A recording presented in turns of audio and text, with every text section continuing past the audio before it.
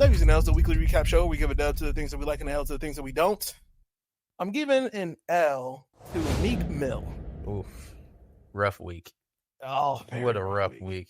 Very rough week. Okay. Yikes. So, first of all, recently a lot of damning videos and just evidence and stories have been coming out about Diddy since the lawsuit with Cassie, right? Mm-hmm. I saw one where it was like he was talking to Justin Bieber, asking him like, why don't you hang out with me anymore, bro? And Justin Bieber stuttering all over the place. Everything's good? Selling out arenas and everything? Starting to act different, huh? You ain't been calling me and hanging out the way we used to hang out. Well, I mean, you try to get in contact with me, through all my, partners and whatnot. Mm-hmm. But you never really got my number, so. It's a lot of nuts ass shit popping up now. And now I don't even know what's real and what's not. Like, it's this clip at one of the Diddy parties where it was like, Trey Songz was like recording. He was like on live or some shit. Oh, shoot. And Odell Beckham Jr. was to his left. That's crazy. And this nigga was like, hey, yo. And all of a sudden, Odell Beckham Jr. straightens up. And from the bottom of the camera frame, Justin Bieber just appeared. And turns around. I was like, what the fuck is Nah, that can't be real. I was like, what is happening at these parties? That's crazy. We already know what's going on at these parties. Fam, Whew. you know what? Y'all know me, bruh. Y'all know me. Y'all know I am the petty king. I told y'all about Diddy a grip ago, like a long man before any of this. You kind of spearheaded this. Shit is so fucking crazy how all this shit played out. I was just we made the video right before we went on break. I'm like, fam, we just need to have a real conversation about this shit that's going on with Diddy and him apparently adopting kids and bringing them in their house and shit like that. And these fucked up ass parties that you keep getting. Like, there's a lot of shit. Tell me that on. Justin wasn't his son? Justin Combs? Yeah. No, I don't think so. I'm pretty sure Justin Combs. No, he's not. He's not. Yeah. He's not. Which I knew about. You knew about the one dude, the light skinned one, Albie's son. Yeah. But then, Justin's not his son either. King Combs is his son. That nigga is the spitting image. Yeah, they look just alike. That's crazy. Anyway. Apparently he shot somebody with Justin too, according to you about to get to it. Never mind. I didn't get to that part. But a artist by the name of Lil Rod. Oh, producer, okay. Lil Rod. By the name of Lil Rod, aka Rodney Jones, filed a lawsuit against not just Diddy, but his son Justin Combs, Lucian Grange, Motown. Ooh, he's striking high on that one. He is. Go ahead, get that money, dog. Motown, Universal, and a number of other John and Jane Does. It was like 10 other names, and multiple corporations as well. Sheesh. But apparently in these documents, they happen to list how Diddy was trying to coerce this man into some wild ass situation with him by letting him know that it's cool. Other people are doing it. I got this Stevie J video. Okay, hold on. Now pause. Before you get into this, right? Because the shit he's about to say is shocking. Yes. But like, just imagine, right? You working and you in the music industry, right? And one of the biggest moguls in the industry, one of the biggest figures throughout your life is sitting up there talking to you. And he just told you some wild shit. Boom, lay down on the table, bend over. I want it. Hey, yo, excuse me, sir. Who are you talking to?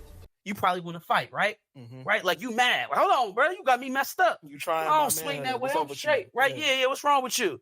Then all of a sudden, he pulls out your idol.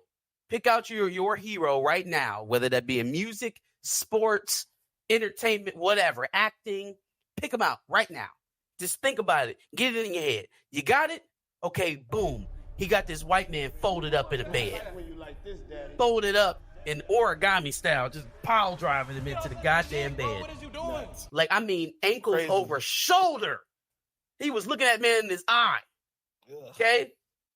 Michael Jackson, Michael Jordan, Elvis, whoever you thought about right now, has this vanilla princess folded up in a pretzel. Man, I just couldn't imagine. I couldn't either. Like, I don't even know what I would say to him. Well, first of all, no. But then after that, I don't know what I would say. Like what? I don't think I can do this no more. I think I need to change my career path. It just makes you wonder, like, all the people who signed to Bad Boy, at least at a certain point. Damn, like that, like if this shit is true, yeah. Like if you was up under Diddy at some point, he probably tried to, look you in the brown eye.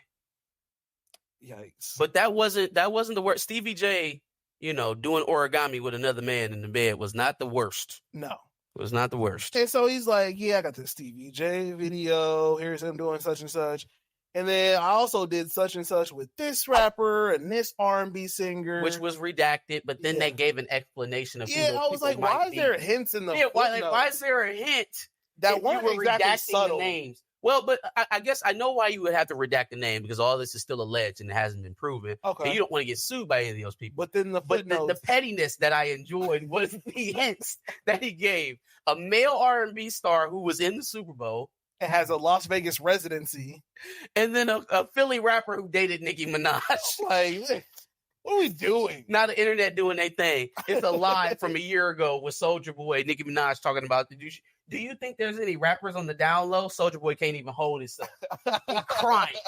He's crying. Do you think it's a lot of undercover brothers in the industry? Oh no, Queen. We don't know nothing about undercovers. Oh no. We don't know about that. Okay. Because I do.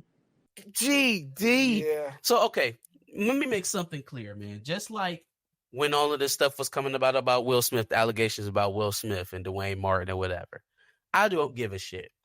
I don't care about whether or not Meek Mill like men. I don't care if Diddy like men. The part that I'm interested in is the victimization, right? And then also on Meek Mill's behalf, if this was a mutual thing for you to get your career or whatever, cool.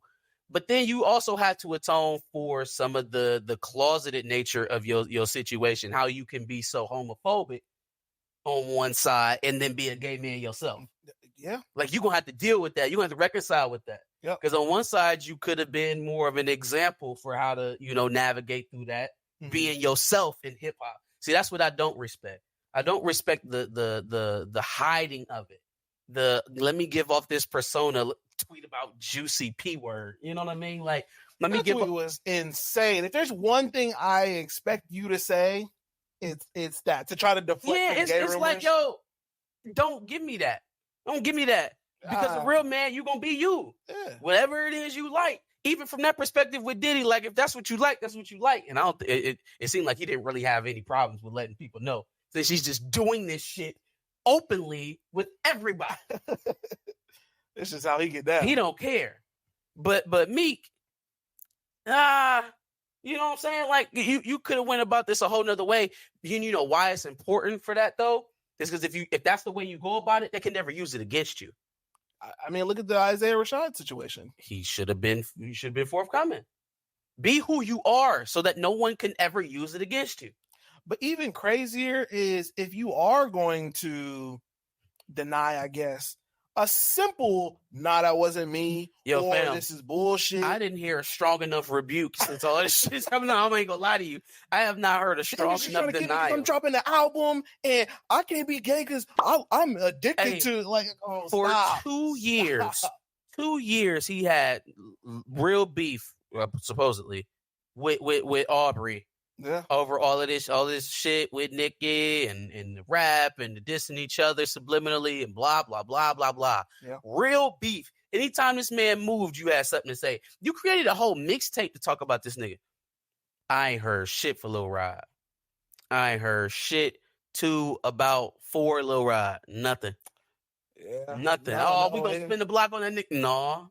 Well, he wants to box academics for reporting on it. Academics didn't even believe it.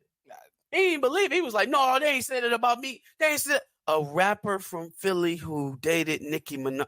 Oh. All right, my last L. Don't finish that. It was more than there. Yeah, I don't. My whole thing was about me. So if you got more. Just apparently Justin Combs and Diddy shot somebody.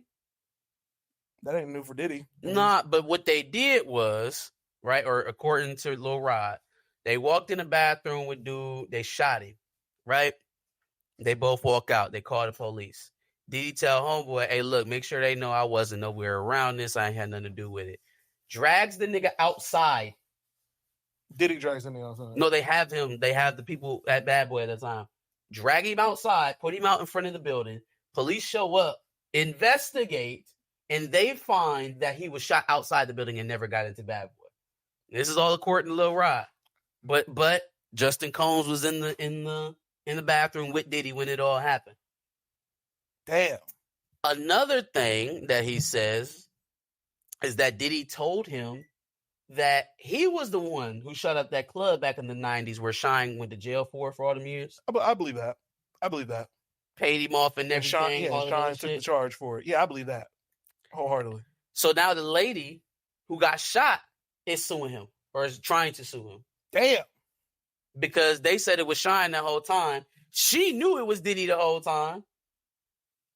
She knew it was Diddy the whole time, but she didn't have the evidence. Now, with this Lil Rod shit, she's trying to sue Diddy. Well, you can't do that because the lawsuit hasn't gone through trial. What hasn't gone through? Well, no, I'm saying, but she can't sue based off of new evidence. Of a new evidence, but that hasn't been proven in court. Let's investigate. And then on top of that, what's the statute of limitations on that? Because that was 99. What is the statute of limitations on attempted murder? 25 years? On attempted murder? I don't think there's a statute of limitations on that. There isn't? Well, I know there's not one on murder. Maybe there is one on attempted murder. I don't know, goddammit. There is no time limit to bring charges for crimes such as murder or crimes punishable by life in prison. Yeah. But lesser felonies have 5 years statute of limitations. Ain't no fucking way it's a 5-year limitations on attempted murder now. Lesser felonies like damaging property over $10,000 or something like that. Okay, some offenses such as the R word and murder have no statute of limitations. Most felony offenses have a 5-year statute of limitations period. I just refuse to believe that attempted murder has a 5-year statute of limitations. Yeah, that's tough. I shot that nigga 5 years ago. I'm good. Oh, okay. No time limits or statute of limitations for certain types of NY crimes include any Class A felony, which I would assume. Yeah, attempted murder is a Class A felony for sure. Okay. Yeah. All right. Yeah. So then there is no statute of limitations. Okay. For sure. All right. Learn something new every day. All right. On to my last L, which I don't even know how to start. White people be getting themselves into crazy situations. Like, for example, Firefest, right? That's some white people shit. That white people will get into. And since I mentioned Firefest, let's talk about Firefest Junior. What is that? An event that just happened over the weekend, apparently. Where? Or just recently happened, at the very least, in Glasgow, Scotland. Okay, let me set the picture for you. So apparently there was an event that was advertised. I don't know how it was advertised, maybe social media, but I know they had a website, and the website had like all these AI images of what was supposed to be like a Willy Wonka factory, like a real life Willy Wonka factory. You go to it, and obviously it's for kids, so they go in, they get to experience the chocolate factory. Mm-hmm. But like I said, the website had all this AI on it, so you really didn't get to see what the factory is actually like. It was $40 per entry for £35 since it's in the UK. Mm. $40 per entry for a journey filled with wondrous creations. £35. Journey filled with wondrous creations and enchanting surprises at every turn. But alas, this was the Firefest Junior, because when you got to this place, it was a factory, an abandoned factory, and all they had was like for example, you know how you had the stuff set up for MJ's birthday, and you had like a banner. Mm-hmm. Imagine like some of that stuff that you had that works because we're in a smaller area, spread across a huge abandoned warehouse with tables and shit in the middle. Like, oh, it was a shit show. I wish I could. Were they staying in tents still? Were the little? Well, no, it wasn't actually like a 3-day event or anything. It was all 1 day. Okay. That was the good thing. But the cops were called because this shit was such an atrocious look. Now, there are a couple of photos that were taken at this event. Holy that shit. have become insanely viral. Was Ja Rule involved? Ja Rule might as well have been involved. Tell me Ja Rule was involved. Slap your mama. But in one picture, you see an Oompa Loompa right? And the Oompa Loompas weren't short. They were regular. They were regular people. They were regular women who were dressed apparently in like Halloween, like sexy Halloween costumes for Oompa Loompas. Is what one person said.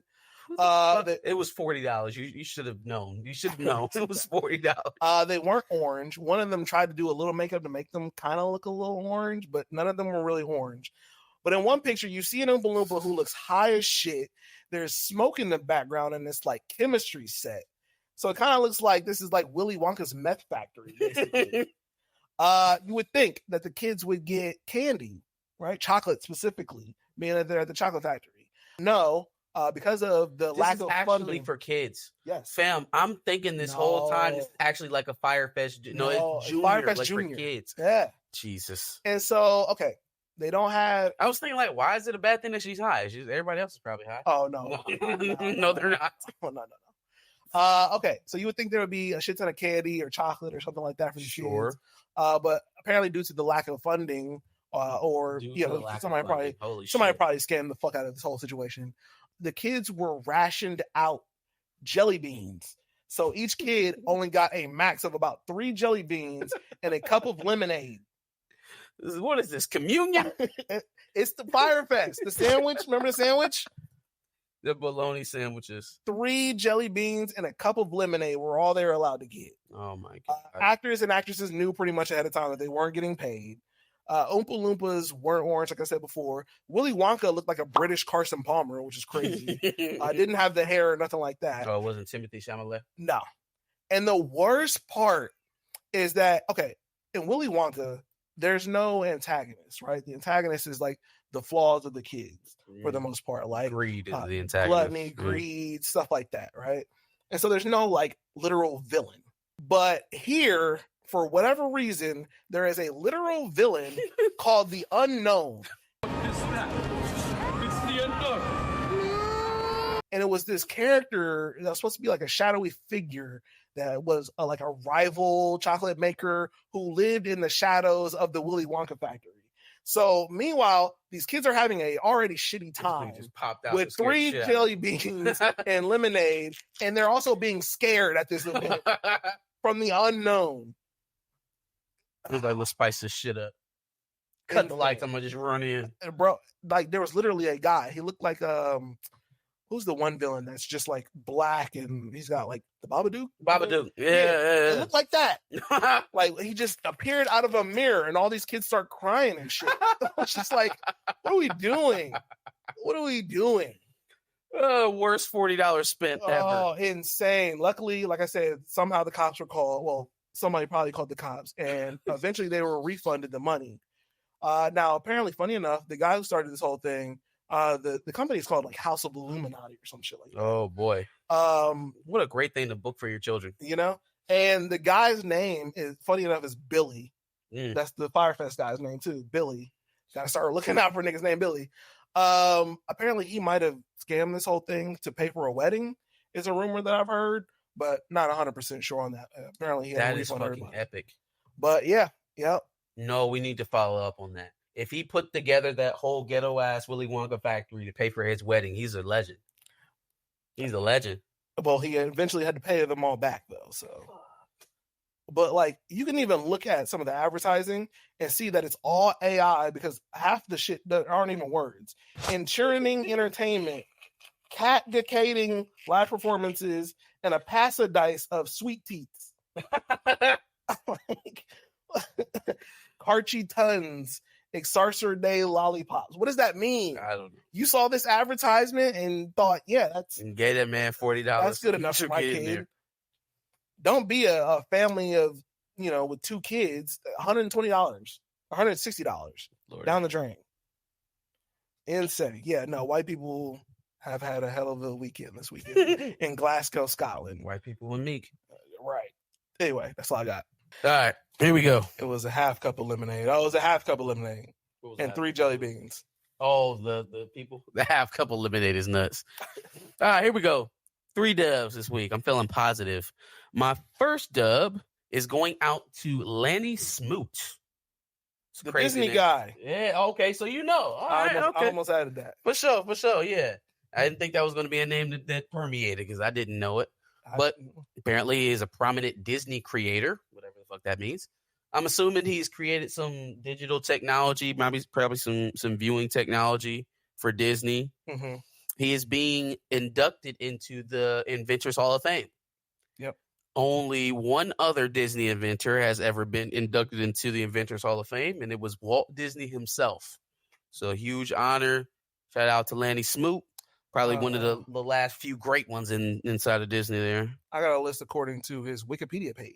Oh, go ahead. At Bell, Smoot was known for his work on early development of video on demand and other video and fiber optic technology. Nice. At Disney, Smoot's accomplishments include the drive system for the Star Wars BB-8 droid, Wow, eye imaging for superhero masks and helmets, Where's the Fire at Interventions, many Haunted Mansion special effects, virtual interactive koi ponds in Hong Kong Disneyland, fortress explorations at Tokyo Disney Sea, Power City and Spaceship Earth, and lightsabers for the Star Wars Galactic Star Cruiser experience. wow. Oh, other patented inventions include new ride technology and glassless 3D displays. That video on demand joint really hits because that's a lot of this stuff is very Disney tailored, but like video on demand permeated throughout the industry. So that's huge. Yeah, for sure. Definitely huge. All right, next up I got is going out to Johnny Depp. Y'all ever had?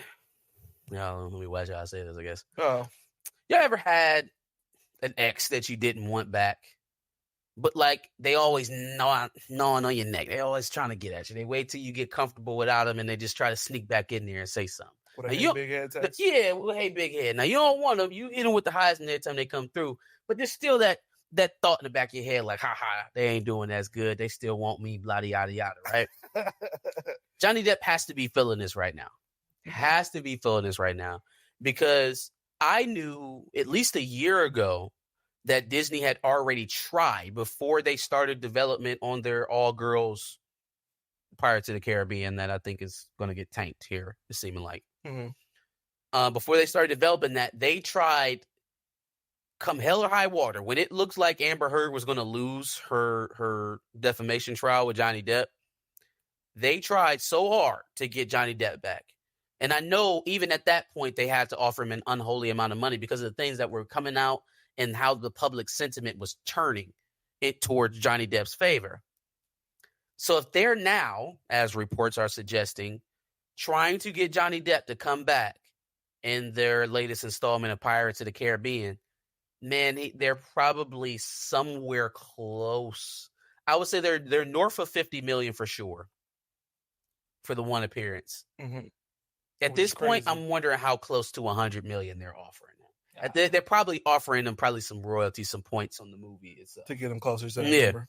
Because if Robert Downey Jr. got $20 million to do Endgame, the embarrassment that Disney put Johnny Depp through by being the first company to cut bait with him after the whole Amber Heard shit, at least double plus. At least double what you paid your biggest star in this company, plus a little bit. So 50 is kind of like the starting spot, I'm thinking.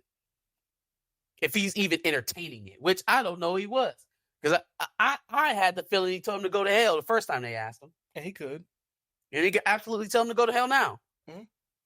But if they're serious about trying to get this done, 50, 60 million is what they're offering for one movie.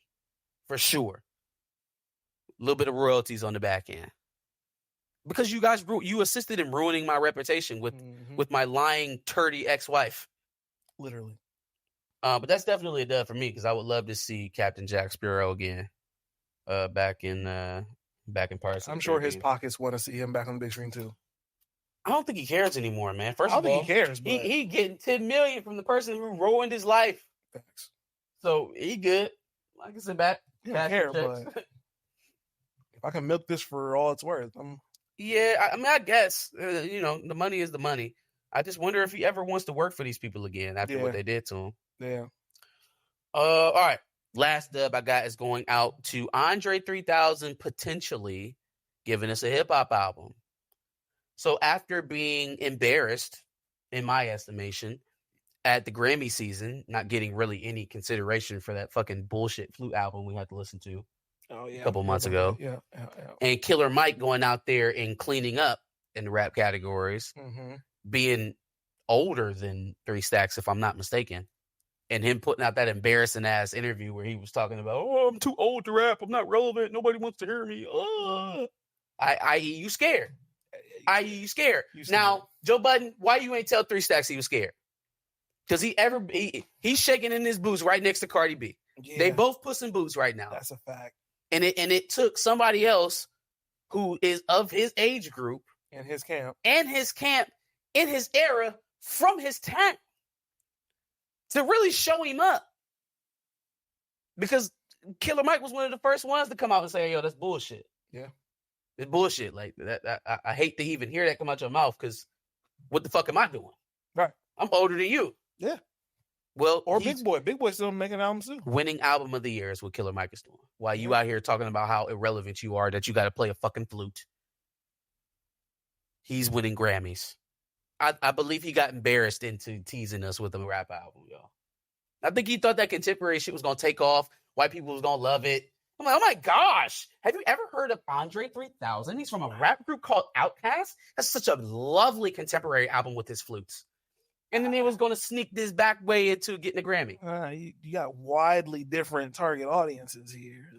Hey, Stacks, you want a Grammy? Pick up a pen, a paper, get in front of a mic, and do what you know how to do. Yeah. You want a solo Grammy? Go get one. Go get one. It's very simple. It's not easy. It's a simple process for a rapper. He wants to come out and dominate the market and have everybody kiss his ass like they do Drake and the others nowadays. Well, you've been going too long for that. Yeah. So show everybody you him, or, sit down. That's how I feel about it. For a lot of people, an album is the only thing keeping you out of multiple top 5 lists. You scared, bro, like Joe Budden said. All right. On to my L's list. I'm giving an L out to the state of Oregon. And I'm actually going to give a dub out to someone, or not a dub, I'm going to give a shout out to somebody while doing this, because I watched what is it called when you watch a TikTok on Twitter? Is it still a TikTok? I mean, technically, yes. It's still a TikTok if I'm not watching it on TikTok? Yeah. Whatever. But you're not watching TikTok. I'm not watching TikTok, right? Yeah. Let me see if I can get her name. At Blair Imani on TikTok had a beautiful breakdown about her hometown, Portland, Oregon. Okay. And she was talking about, she was writing a keynote speech. Supposed to be giving a presentation. And then doing a research about the state of Oregon, she started wondering, like, damn, why ain't no black people in Oregon? Really the Pacific Northwest, but why ain't no black people in Oregon? So upon doing that research, she goes back to the doldrums of history to find out that around the time that the Civil War struck up, right? It's a time of division in the country. Mm-hmm. Some people wanted to, release the slaves, like Lincoln said, like our president said, and other people wanted to keep their slaves and keep the economy going and keeping the majority of wealth in the South. Yes. And also keeping them niggas where they're supposed to be. Absolutely. You know what Oregon's answer to this very complex political issue was? We don't want to split up homes, good Oregon homes, over the issue of slavery. So to make sure that no home is divided here in the good state of Oregon, we're not going to allow any black people at all, so that we don't even have to debate the issue. Recently, I visited the University of Oregon, and I got to go to their Black Cultural Center and present for Black History Month. And while I was there, I noticed that there's not a lot of black folks in Oregon, and I wanted to know why. The history's racist as hell. Back in 1844, when chattel slavery was still legal in the United States, new states started to figure out, hey, we're a new state, we have all this stolen land, how should we deal with the issue of slavery? And then there started to be free states, states that didn't have enslavement, and states that were slave states, or states that had slavery. But what Oregon decided to do when it became a territory and then a state was to ban black people entirely. And the way this has been taught has been so racist and inaccurate. Basically, it's been made to seem like the white people who were in Oregon, who were founding the state, were so benevolent that instead of having families be torn apart over the issue of enslavement and the moral quandary that it is, we should just ban black people for their own good. Insane. Isn't that fucking crazy? Isn't that fucking crazy? Yeah. You allow black people in the state at all to man. avoid the issue of slavery. Imagine being so afraid of racists that you just say, hey, y'all niggas don't come around here. Don't come around. Them folks don't want y'all. Oh, and then man. they gonna put y'all in some change. Y'all come across this border. Don't y'all ever come back around here now. That's crazy. They didn't even get into the worst part. So, to enforce this ban, they weren't just going to straight up try to take your property or burn down your house or, do any things that they did in Tulsa or Chicago or Detroit or South Carolina. Mm-hmm. No massacres like that. Or Lake Lanier in Georgia and flood your town. Mm-hmm. No, we're not going to do that. We're not going to do that. That's barbaric. We're in the good state of Oregon. We seek to protect people. So what we're going to do is we're going to enforce a lash tax. You know what a lash tax is? They got whipped. And the whips got higher. The quantity of whips got higher every year until they left. What? I'm going to put the TikTok video in the video later. And the interesting thing is that they didn't completely ban black people. They had a 3-year limit where black people could live in the state. And then after those 3 years, they had something called lash laws, which legally mandated that black people be beaten over a period of 6 months repeatedly until they left the state. And even those incredibly racist and violent laws were framed as being benevolent because at least the people weren't getting lynched. But the answer was not only to ban the black people, but to keep the black people who were brave enough to go to Oregon anyways from integrating. They had to take. We're going to fucking whip you every year until you move. Is that where birthday punches came from? Maybe. I hope not. That is fucking crazy, right? That is in Oregon. No wonder Dame wanted to get out of there. No, I mean it's no wonder that collective guilt has got to be crazy. Yeah. Because, I mean, Oregon is one of the most left-leaning places, Portland at least, is in the world. You can do meth, and it's not illegal. Yeah. So, Yikes. Jesus Christ. Oh, speaking of Portland, Oregon, the EMT responder that killed Elijah McClain a couple of years ago, 5 years. 5 years in prison. Cops didn't get anything, but she did. She was the one who actually administered the drug, so I feel like she probably should have went to jail. That's crazy. Oregon. Ooh, this is a good one. Ben Simmons is getting an L from me. Of course, because why not? Because he keep doing it to himself. Apparently, he has some article out with NBA.com where he was vowing to dedicate everything to the Nets. Give everything to this team to get back and be healthy. Absolutely. And then 2 days later, he was sitting down with back soreness. I mean, like, just hang it up, bro. Yeah. Hang it up. Let it go. Just hang it up, bro. Like, who's going to pay that much money for you to just chill on the sidelines? And when you do play, you're passing the ball to the perimeter when you're underneath the hoop. Apparently the Brooklyn Nets. Apparently. Yeah, but I don't think he makes it out of Brooklyn. I agree. Yeah, teams have got to stop taking that bait. I don't understand, man. Like in when was my first time going out to see Tia in Vegas? So this was the first time going out to see my wife. She lived in Vegas for a while. This was before we was married. So it was my first time going out to kick it with her. And I was at Cleveland Hopkins Airport, right? I'm in line. I got my bags or whatever, making my way through TSA. It's this giant motherfucker, like just standing in line, dribbling a basketball. I'm like, yo, fam, you unruly as hell. Put the ball in your bag. Like, niggas ain't trying to watch no game right now. Niggas get up through. He just off to the side, dribbling, doing, dribble. I'm like, but you about to go to the league? Literally, I know this big, what do I call him? An apricot Australian turns around. I'm like, what's that? Quick Google search, LSU, power forward, Ben Simmons. God damn it, that's Ben Simmons. Apparently, he had been working out with LeBron at Quicken Loans that weekend. He had to make his way back to Vegas. Well, no, he wasn't going. I was going to Vegas. He was probably going back to Louisiana. Oh. 'Cause I caught him at TSA. And shit. Yeah, man, took a picture. I was so geeked. I have never been so disappointed about a celebrity picture in my phone ever. So disappointed. I'm like, man, I got a picture of Ben Simmons. This boy gonna be an NBA All-Star. Oh. So much hype. There's so much hype. That was the him and D'Angelo Russell drive. Oh, damn. It's like, damn, can we sneak up and get Ben Simmons at 1? Nah, we might just take D'Angelo Russell at 2. I don't know. We might get Ben Simmons. I just seen him in the airport. I don't know. Man, never been so disappointed to have a picture of a celebrity in my phone.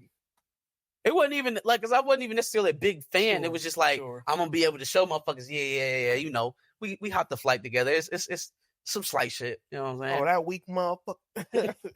But no, now I'm about to delete it. I want to delete the evidence. For sure. Oh, man. I got double L's going out to LeBron, so strap in. That man scored 40,000 points in his career, so don't give a shit. Anyways, back to me being very predictive and what I be telling y'all and why y'all should tell all your friends that I be predicting stuff so they'll watch. I told y'all, this was about, when did we first have the conversation about Bronny? When he was smoking weed? No, not when he was smoking weed. When I said that Bron was basically going to ruin his NBA career before it started. It was sometime after that, wasn't that? When he hadn't even committed to USC yet. Yeah, it was sometime after that, I thought. I was telling y'all why he was getting recruited that this wasn't going to end well because of how he talked about it. And it got progressively worse, right? Like before he had even committed to a high school, LeBron was like, yeah, I want to stay in the league until my son gets there, which wasn't the worst thing to say, but still put a lot of pressure on the young man. And I told y'all, whether he's great and he's one of the best freshmen in the class or whether or not he's a role player, putting that level of expectation on him is going to set people up to be ready to tear him down at the first fight of adversity. It's going to ruin him, for sure. You're going to ruin him. What does LeBron do? Yeah, man. Bronny can play in the league right now versus most guys. Fam, your son is not ranked in the top 40 recruits in his class right now. The offers he has right now are bolstered by where he lives, your name, and where he's from originally, where he was born. Yeah. Ohio State, USC. Like, come on, man. Those are reputation offers. Yep. Not to mention, he gets out there, he starts playing, has the condition thing, right? Has the setback with his health. Yet still, hey, man, I want to play with Bronny. I want to be in the league. Bronny's good. You got not your agents, but your friends in the media chirping the same shit. Remember when Gilbert Arenas was talking that shit about Bronny? Oh, he's going to be fine. He's going to be fine. Fine doing what? Playing in college basketball for 3 years? Yeah, he'd be fine. Absolutely, he'd be fine. Not trying to get into the damn lottery, averaging 5 points a game. He's not even starting at USC. Mm-hmm. He don't even start. How is this man better than other NBA players, according to his father? And now we get now that reality is setting in. Now we getting victim Bron. Oh man, just let him play basketball. Fuck you. You should have let him play basketball. That's fair. You should have let him play basketball. Not us. You offered him up to us on a silver platter. You said, I want to be in this league long enough to play with my son, and that's it. You put the entire future of your NBA career on your son being able to make it to the NBA. Yep. And there's only 50 players that go, what is it, 50 picks in the NBA? Yeah. 2 rounds, about 50 picks. 50 picks every year. Yep. So if your son is not one of the 50 best players in college basketball this year, he can't go. Same thing next year. And he's not right now. He's not. He's not one of the 5 best on his team. And the only reason why people expected him to be this year is because of you, not anybody else. Yep. You did that shit. It's so bad, I have to agree with Stephen A. Smith. Stephen A. Smith gave an excellent summation of this whole situation. The only person who should be blamed for the pressure that's currently on Bronny James is LeBron. Yeah. Shout out to Vanessa for saying what LeBron should have said. I just want him to be happy. I want him to play. I want him to go to college. I want him to be happy. Savannah. Who did I say? Vanessa. Damn. R.I.P. Kobe. Savannah. Savannah said that. I mean, I just, I felt like he did him wrong. I felt like he upped the expectations when he didn't have to. Yeah. Agreed. You want to play in the league as long as you want to play in the league. Do not put whether or not LeBron's going to play for the Lakers in 2025 on Bronny James' shoulders. How unfair that was. But then again, I had to think back to why I figured he did it. Everything that LeBron says is intentional. He didn't say that by mistake. Right. He did not think about it. That wasn't off the cuff when he said it. Mm-hmm. It's intentional. It's part of the story arc, the LeBron story. LeBron's career now is more about the narrative and the legacy than it is about winning. Let's just be honest. And this is the second half of the critique. If I have to watch another fucking LeBron celebration in the middle of a loss, I'm going to throw up. I'm going to throw up. I don't give a shit if it was 50,000 points. I hate the fact that we are stopping the game to celebrate this man and we're losing. It was crazy when he broke the record. It's even crazier. And we stop the game. He's fucking crying.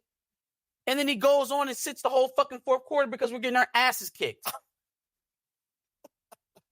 And then this game, it's like, all right, he came out in that game against Washington, right? Crazy ass comeback. 19 points in the fourth. Nobody wonders why he had 12 points through the first three quarters. But great. He scored, 19 in the fourth. Crazy comeback versus a bad team. We won. What the entire fuck happened the next game? What happened? Joker absolutely bends over Anthony Davis for like the umpteenth time. That happens over and over and over again. Jesus Christ. Have some pride. And your man's ain't got nothing for you because he spent it all in the fourth quarter of the last game. This is not enjoyable basketball. Like NBA right now is not enjoyable to watch. But it's also not enjoyable. I've watched it through periods where it wasn't the most watchable product because of my team. Right. I cannot watch the Lakers right now. Yeah. I can't watch them. It is bad. It's just not good at all. It's not good. The worst part for me is that, as you asked me a couple of years ago, I'd have definitely said, look, if LeBron wants to come back to Cleveland and do a whole, tour for his last year. He can go on back if you want. He can have little halftime specials dedicated to him every game. Yeah, no, the Cavs are the second seed in the Eastern Conference. We're not doing that. We're not doing that. All right. We're fighting for, contention in the East. So, you can stay in LA for sure. All right. I got 2 dubs and then we can finish out 2 L's and we can finish out dubs and L's. First one is we're continuing to see the failure of news media. Vice News went out of business. Oh, shit. Yeah, Vice News and Vice.com both closed their doors this week. They don't have These Zamero, so. Which, well, just hold that for a second. I don't know what to say. I didn't realize that this was going on, that so many of these media organizations were like closing up shop. I don't know what that means. Are we the new media? Pandemic hit them hard. We the new media. All right, and that too. Come here for your news. That too. You feel me? You used to fuck with Vice? Fuck with Back of the Bus. I honestly thought that Vice was a part of HBO for a while because they had that deal going on. But apparently it was just a licensing thing. They just ran the episodes there. So, yeah, I think the pandemic started other forms of media growing, things like live streaming and stuff like that. And it just became less and less popular. Like BuzzFeed became less and less popular. And I think they got into more of the Western social issues, at least on the online stuff that I could see from like their YouTube and shit like that, than as opposed to what they were doing 5-6 years ago when they were like doing ride-alongs with ISIS and shit like that. It lightened up just a bit, but or when they were probably because they couldn't afford it when they were going through Chirac or Atlanta. Shit like that. Yeah, I remember those joints. 21 Savage talking about they'll bring that one random white guy with the black hair and the glasses. So tell me about what is this called? The Draco? Explain how it works. Interesting. And you don't go to jail for carrying this around. Interesting. 21 Savage said, "I'll beat the fuck out of one of these dudes." I was like, "Oh shit." All right, last L goes to the dumbest streamer on the internet, who apparently has always been a rich nepo baby, and I never even knew. But it makes sense because of who his family is. Anyways, let's just get to it. Hassan Piker. If anybody watches Hassan Piker and has been paying attention to him this week, he said some of the dumbest shit he has ever said. Okay.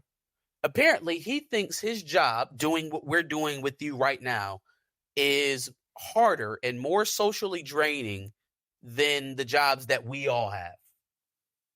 Right? Meaning in the chat, me and Josh are 9-to-5s. His job as a streamer is more socially draining and it's harder than our 9-to-5s. I can't believe that for the simple fact that I know he has a team. He has to have a team of people. Hassan Piker makes millions of dollars on his stream, right? So he's a millionaire. He comes from a wealthy family that came from Turkey. Cousins of Cenk Uygur, owner of the Young Turks, right? Has been from money from the start. Like from jump. Straight out the cannon. And I didn't even know all of that until, Abba and Preach broke it down. Shout out to them for opening my eyes. But, just dumb. So you mean the guy who picks up your trash and everybody else on your block's trash, your job is harder than his. Your electricity goes out at your house. Guy shows up and fixes it. Your job is harder than his. Guy who drives your kids to school in the morning, the teacher who teaches them. The resource officer that watches the school. Fuck. The DoorDash guy who comes and brings you your fucking food all day. Absolutely not. I can't think of one single job that is more taxing, that is less taxing, and that's going to pay me a livable wage than this. I don't know that it exists. If I could literally do this for a living, y'all would get 24-hour content from me. It would be a 24-hour back of the bus channel going. But you'd have content what would 24 make that hours. much more sustainable is if you had a team of people that would make that viable. But see, even before we get to the actual logistics of how he produces his content, we can just talk about what it is he does. You sit on your ass in a computer chair and you talk into a camera. Socially draining? Fam, first of all, no one makes you stream for 10 hours. No one makes you do that. No, literally, no one makes him do that. No one makes him do that. But if you streamed for 2 hours a day and had a normal work week, that's 10 hours a week. Who in their right fucking mind would ever say they had a harder job than anyone working 10 hours a week? What are we even talking about here? Oh, it's so draining. Arguing with people in my chat. I'm going to go sleep for another 12 hours and do it again tomorrow. Yeah, I mean, you really got no argument. Now, let me go lay down in my $1 million mansion and recoup so I can go sit in front of a fucking computer for 3 hours and talk. Yeah, I mean, it's. I'll even shoot him a very tiny bit of bail. It's harder than just sitting there for the time that you're. If he was doing it all himself, like you said, well, I don't believe he's doing it all himself. But even if you were, and that's the only thing you do, you have forever and a day to edit videos, fam. Yeah. Yep. Like if you had from sun up to sundown to edit videos, would it be that hard? No. If I could literally sit there for 10 hours of a day before I stream again and just edit videos all day, would it really be that hard? I'll give it to you like this. Okay, so editing W's and L's can take maybe an entire work day on the worst W's and L's days. And that's a 45-minute video sometimes. Mm-hmm. We don't do that every day. So, like, if you wanted to look at an actual work day, you would have to do that all week. Yeah, to hell with Hassan Piker. So that's it for my Dubs and L's. You can give us your Dubs and L's in the prompt below. Tell us how you liked ours, and come back every Wednesday for a new episode. Absolutely. Make sure you subscribe. Like you said, we like to do this every Wednesday. So be here on Wednesday at 10 o'clock. And also make sure you check out our playlist full of Dubs and L's where we talked about weeks past.